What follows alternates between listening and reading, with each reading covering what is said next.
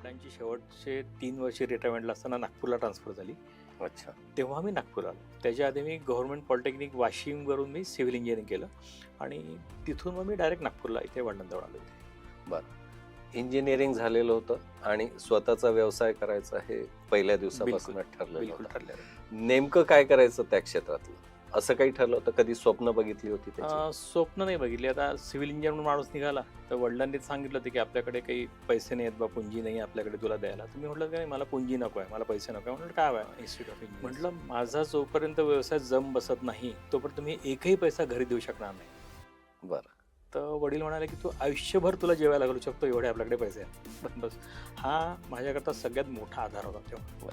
आणि बेसिक त्याच्या- basic basic सुटला. बेसिक बेसिक बेसिक बेसिक प्रश्न सुटला. मग काय, सिंगल होतो आणि त्याच्यामुळे ती हिंमत ती पण आली. हिंमत मिळाली.